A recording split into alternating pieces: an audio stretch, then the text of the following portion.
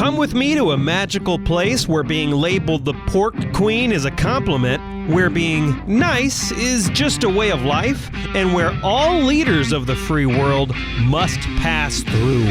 Welcome to Iowa. Whether you're a current Iowan, an Iowa expat, or an Iowan at heart, this show is for you. This is the Iowa Podcast. Real Iowans, real talk, no drama. My name is Justin Brady, and joining me today is President Marty Martin of Drake University. President Martin, thank you so much for joining me on the show. I really appreciate it. Well, thank you for the invitation, Justin, to be a part of your show. I've been looking forward to this. So, Air Force guy, I was reading up on you, of course, and of course, thank you very much for your service. And then your sons also went to Drake University. Is that why you were interested in the president role? No, it's not. I was, as you say, I was Air Force out of law school. I became an Air Force JAG officer, did that for 8 years on active duty, stayed in the reserves 12 more, retired in 2007 as a lieutenant colonel. But in those retirement years is when I began to get involved in higher education, first as a law professor at University of Illinois, then down to a school in Texas, was then Texas Wesleyan University School of Law, now Texas A&M's Law School. Went from there to Gonzaga University in Spokane, Washington, to be dean of their law school. Did that for 5 years, stayed 5 more as executive vice president, then came to Drake as president in 2015. As it happens, when I was interviewing with Drake and making that choice, our oldest son, Cade, was a senior in high school, getting ready to choose his college destination. He was looking mostly West Coast because of where we lived, but he wasn't really excited about all the admissions he was getting, notwithstanding they were the schools he applied to. So in late February, early March of 2015, when I was coming back from one of my visits, I said, why don't you come with me? What I'm discovering about Drake is it's a fantastic place. Des Moines is a really cool city. I think you'd like it there. So he came back, spent 3 days here, loved it, got to meet a bunch of students, just became enamored with the place. As we were flying back to Spokane on that Sunday, he said, I'm going to go to Drake. Wow. He came, we had a deal. You don't embarrass me, I won't embarrass you. And I think he kept his bargain. I'm not so sure I kept mine, but then his brother followed 2 years later because he saw what a great experience Cade was having. His brother's name is Case. They both now graduated. Drake set them up for where they are now, and they're doing great. That's awesome. So obviously the reason I have you on here today is because we want to discuss what higher ed needs to do to continue attracting students. And this is obviously a polarizing issue right now.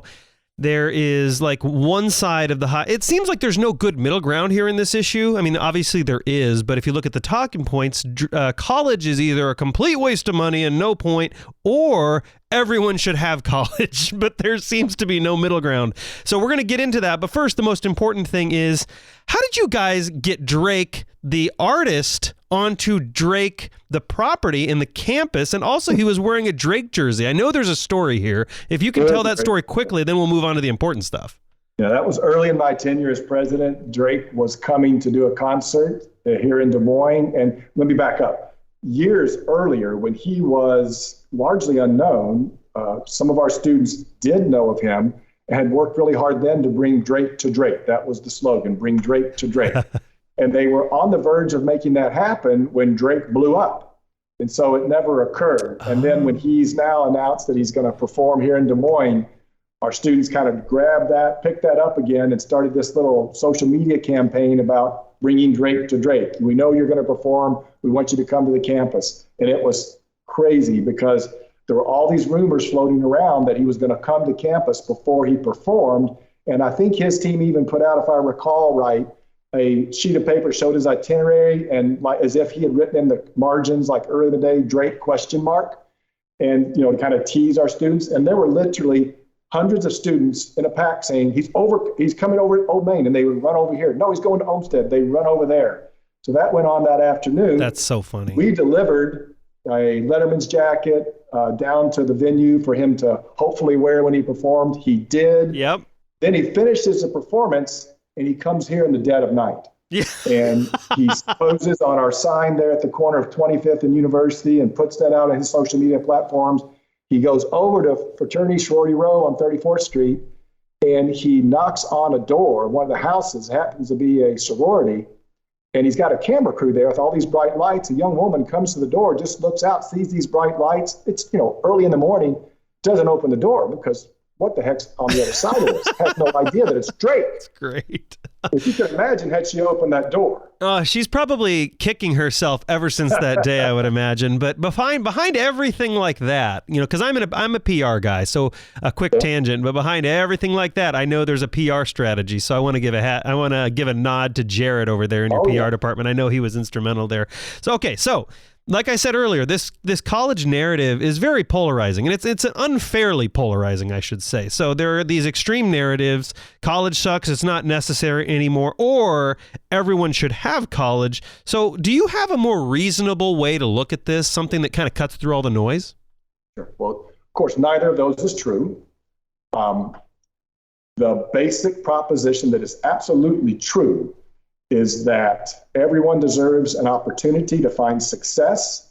One of the prime pathways to success, if not the prime pathway, is education. And so more education is always better than less education. And so obviously we want everyone to graduate from high school. And then most would be able to find more success if they pursue more education beyond that. Be an associate degree, it could be an apprenticeship, it could be a 4-year degree, and then beyond the 4-year degree, graduate professional education. So the answer is education is the essential pathway to opportunity, and we want to make it available to everyone meeting their needs, their desires, their potential. And a 4-year degree is there for many people who aspire to achieve that, and when they achieve that, it leads to tremendous success. We know it's proven that the earning potential for those who have a 4-year degree is more than for those who have less education, and the graduate professional degrees it's true for them as well. It's not to say that holds in every single case, but overall it holds year after year after year, and it will continue to hold, if not that disparity growing because of the fact that we are in a knowledge economy. Right. So, go ahead. No, please. Right. So I was talking to a student the other day, and she was talking to me about her psychology degree. And then this isn't your school, by the way. This is another school who will not be named. But she mentioned her professor told her, you can't do anything with a psychology degree, so you should probably look at other career paths and look at where you want to go with that, which, isn't, I would say, definitely not great advice. But I think the bottom line here is that choosing the right career path that aligns with that college degree is obviously very important. So is there something you are doing and Drake leadership is doing to ensure that students are on that right career path so they're actually leveraging that degree to something that needs it? Of course. So let me also comment on what was shared with you. Of course, any faculty member who believes that about his or her discipline should not be in the work of educating those students. And as a matter of fact, we work with Broadlawns on hiring therapists to support our students in our counseling center. It's really difficult to find those qualified therapists and to hang on to them, and that's not a unique story to Drake. There's tremendous demand for that talent, for that knowledge, for that skill set. So now moving beyond that, what do we do? Well, the secret sauce at Drake is that, and this is in our mission statement, we integrate the liberal arts and sciences with professional preparation. We give you those often referred to soft skills that really are the hard skills: critical thinking, organizational, be able to organize large amounts of data, analytical reasoning, ability to communicate in written and verbal form, work across boundaries, however they're defined. That's the core of the liberal arts education. Again, referred to often as soft skills. They're really the hard skills. They're the differentiator. And we combine that with a discipline or disciplines that you then can go out and work within, or even change over time because you have that liberal arts basis. So that integration of those two things, one student at a time, which is the core of the Drake experience, is incredibly valuable, and the data backs it up. We can get into a conversation about our accomplishment rate, we can get into a conversation about our median earnings, we can get into a conversation about national rankings on ROI. All of that backs up the fact that that integration of liberal arts with professional preparation is exceedingly valuable. So some might say, and that like the liberal arts degree, right, is kind of going to be irrelevant in the future. And not, this isn't actually what I believe, to be truthful. Right. But there's this idea that the liberal arts degree is kind of too broad, it's too general. And if people are going to go to a university or college and they're going to fork over that kind of money and get that kind of education, it should be aimed and directed and leveraged at a very specific career path. Now, that being said, I had a specific career path degree and I still went another direction, right? So what would you tell people that kind of say, I think the liberal arts degree is on its way out? Like, how do you respond to that as the president of Drake? It's not. All right. I'll back that up, okay? This was a really big conversation 5-10 years ago. If you go out and talk to CEOs of companies, for example, just as one population base, and ask them that question, they're going to tell you, no, we greatly value liberal arts. We want employees who not only understand how to do something very particular, finance, marketing, actuarial science, et cetera, but also how to work with others in doing that, how to get out from behind the computer and lead in that space, how to transition from doing that thing to something else we really need them to do, relevant to your own experience. Another story. So Drake is part of something called the Business Higher Education Forum. It's an intersection of major employers in the country and a select group of universities around the country. We meet twice a year. 3 years ago, we had a senior executive from Bloomberg come and speak to us. And this stuck with me because of some things that we did because of it. And that executive said, we've got an endless number of PhDs in computer science, data analytics, artificial intelligence, and they're brilliant and they can write these algorithms all day long. What I need is that person who can get up from behind that computer, lead that team in deploying that intellectual property, that technology towards our business purposes and our goals. He said, I need those unicorns. And it just hit me like a ton of bricks. That's what Drake does. We produce unicorns. That comes back to that integration of liberal arts with professional preparation. We took that statement, frankly, and built this whole thing we call the Drake Digital Proficiency Platform out of it, which is creating these unicorns in analytics and technology. But that's the key. Your own experience. What we all choose to do when we first start our professional life often is different from what we're doing midway through or at the end. We've got to be adaptable. And that's what a liberal arts education, that's one of the things liberal arts education does, is it creates adaptable, resilient people. And the world always needs those people. So nationally, I travel a lot for work. And when you grow up in the Iowa area, I grew up in Des Moines, for those that don't know, and I still live in Des Moines today. So I'm very familiar with Drake. I've been very familiar with a long time, but it's a local staple, right? It's in your neighborhood. You're familiar with it. And so when I started traveling for work, I'll be honest, I was a little shocked when I would talk about, I'm from Des Moines. People are like, oh yeah, Drake University, that's a great school. Like, how the heck do you know about this school? It's just in my mind, I'm just tiny little school in Des Moines, Iowa that no one outside the state knows about. That's actually not true at all. It's shocking how many times that happens. So clearly Drake has a very good reputation nationally. But so I want to say that because one person might say, and I hear this in the news, like people are like, I spent all this money, I have a 4-year degree, and I'm working at McDonald's. So like, what is the problem? Why do we have people spending money on degrees? You hear people like making fun of college saying they spent 4 years for an underwater basket weaving degree, and now they're working at McDonald's. Like, where's the breakdown? Because this is a narrative that just keeps gaining steam. I think it's an incorrect narrative, but where's the breakdown in communication there?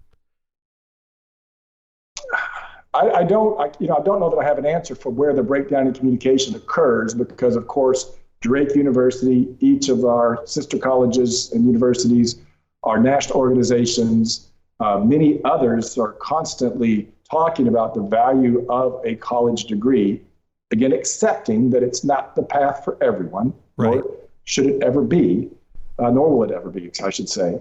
So I can't know that I have an answer for where the breakdown occurs. But the reality is that it does work. I'm looking at what we call our measure of success document right now, and we always produce this every year, and the lead is always, what's our accomplishment rate? Your accomplishment rate is a measure of the percentage of your graduates who are in a job or pursuing an advanced degree 6 months from graduation. For our last class, that is 98.7%. Again, let me repeat, 98.7% on a 95% knowledge rate. That is, we got a response from 95% of the class. 98.7% of that 95% are in a job or pursuing an advanced degree. And these are not, McDonald's is a wonderful place. I eat there frequently. But these are not jobs at McDonald's. These are jobs in industry and nonprofits and government. These are jobs they want that enable them to use their degree, their skill set to advance their careers and support themselves and their families. So certainly we can always find instances where it didn't work. For whatever reason, right. It didn't work for that person. But the vast, vast majority, and almost every single student, really every single student at Drake, puts this degree to good use for not just when they walk across that graduation stage and go do the very next thing, but over the course of their entire lifetime. Now, the accomplishment rate, like 98%, right? That's of people who graduated and went out and got a job, or they're doing well in their own opinion, right? Yes. Okay. So how does that contrast? Because I think a U.S. News and World Report, and then there's some government data as well. I think your graduation rate in 4 years is between 63 to 68%. I think it's probably on the higher end. It's just two different data sets. And then 77% by 8 years, according to the IES, the Institution of Education Sciences, excuse me. So are there efforts to be done? And I don't know, but are there efforts being done at Drake to increase the graduation rate? Because obviously if of the people not graduating, they probably wouldn't, even be given that survey option. Well, let me just make sure. So if you go to the college scorecard, which is always a great resource because it's everybody's data reported in the same fashion, our graduation rate currently reported in the college scorecard is 78% within 6 years. So they say 150% of the 4-year time, which makes it 6 years. Yes, and yes. That's a very strong rate. If you look at those students who started at Drake, that pushes into the 90% within 4 years. So there's fluidity in this class as to when you start, when you come in. But if you start here, it pushes into the 90% range in 4 years. So we do produce really outstanding outcomes in that regard. And I would encourage any of your listeners to go and look at and compare that to other institutions. Having said that, we are always trying to improve that number. And you back that all the way up to what we call retention. As you show up and you move from your first to your second year to your third year to your fourth year to graduation, we're rigorous about tracking those numbers, doing surveys with our students, exit surveys with those that depart to find out why they're not sticking and what we might do differently in order to improve not just the result for that student, but all other students. Indeed, we're going through our next round of accreditation for an institution, and you have to adopt what's called a quality initiative. And our quality initiative is retention. So we're constantly trying to get better and build on what is already outstanding performance, but never rest there. Sure. Like, everyone thinks of the 4-year degree, right? That's just the standard, the 4-year degree. And obviously, I'm assuming a lot of students are graduating within that 6-year range. Is that because you have a really high percentage of like law students and other areas of expertise that take more time? Is that kind of primarily driving that number up? No, this is all undergrad only. So if they've moved into law school, they're not counted in the statistic. Again, just for those students who begin and complete their bachelor's degree at Drake, the 4-year graduation rate is 4 years. Okay. Excuse me, the 4-year graduation rate is 91%. Got it. Now then you've got people who transfer in or transfer out, and even the transfers out most of them go someplace else and finish, but they're not going to be counted in our graduation statistic. And so once you put the whole population together, that's where you get to that 78% within 6 years.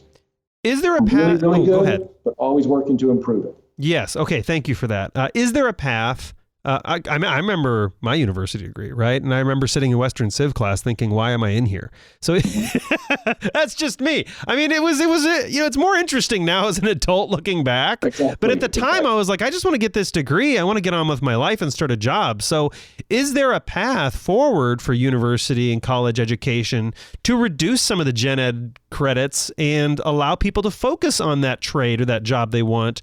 Or are those gen eds sticking around a while, and why? So let me remark on what you just said in passing about now you're as an adult, you appreciate that more. And that's actually a really important point, that you've got that in you, kind of almost in your DNA now, that exposure that generates that interest, that gives you a better appreciation for who you are, why you're here, what you're trying to accomplish. It made some contribution to that. And that's a really, really important thing that comes from the gen ed, particularly a gen ed grounded in the liberal arts.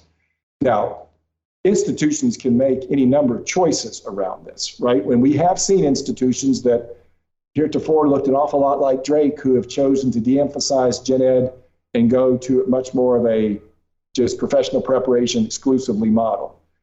We're not going to do that. As I've said at the beginning of our interview, the secret sauce, the real power of Drake is the fact that we are a liberal arts university, that we integrate those liberal arts with professional preparation.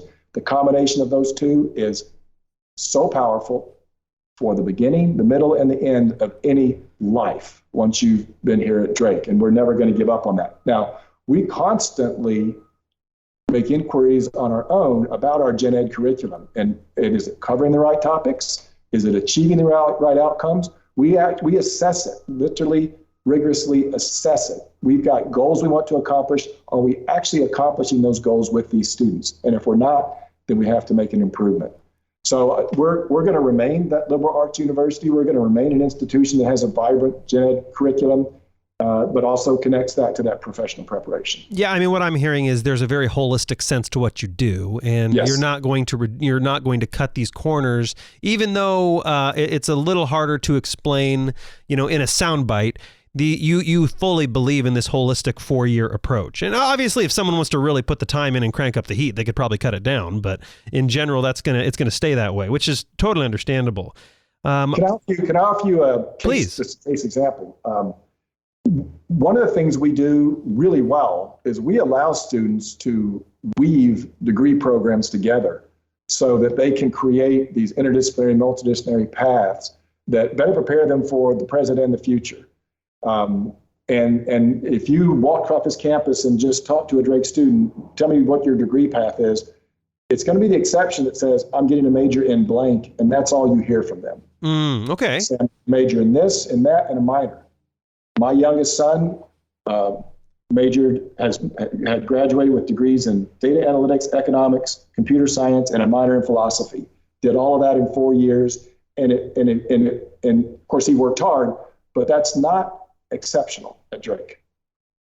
That happens because our faculty really work to make sure that if you're taking a class there and that's relevant to this subject over here, we're going to count that credit towards that major.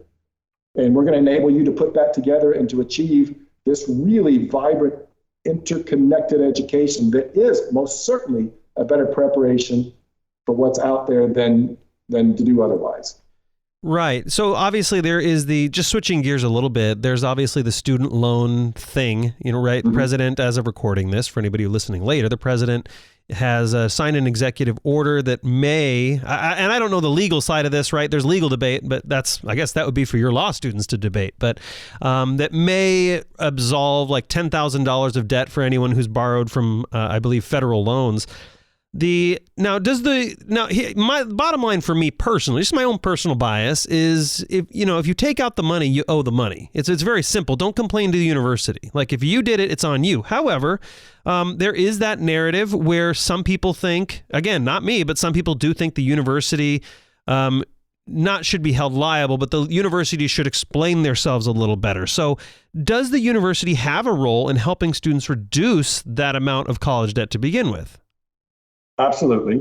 Okay. Absolutely. And I can elaborate, of course. Yeah. Like how do you guys see yourself fitting into that role? Absolutely. Right. Well, first and foremost, back to what I talked about in terms of a pathway to opportunity. That's what education is. That's what Drake is. We want to make that as available to students as we possibly can. We do that through we award over $75 million in financial aid from the institution to our students every single year. Undergraduate, graduate, professional education. And we do that in a very sophisticated way, from making merit awards to making grants based upon need. And so we're really working hard to make Drake as affordable as we can for as many students as possible. We also created John D. Bright College 2 years ago for that very explicit reason, to create a whole new pathway to a Drake education that is priced completely differently than the bachelor's program, fully integrated to the bachelor's program if you want to go on into it, but amazingly affordable. Well, frankly, affordable for any student of any means, period, full stop. So we're taking great steps to address that. Then you get to the back end of the educational experience and you look at what's the debt load that your students are graduating with? How are they having success in servicing that? Well, again, if you go to the college scorecard, Justin, and look at Drake's median debt load, it is reported at $22,600. This is for federal loans. You look at Iowa's, it's $22,500. Iowa State, $22,750. We're $100 more than Iowa, $150 less than Iowa State. Wow. On those median debt loads of federal loans.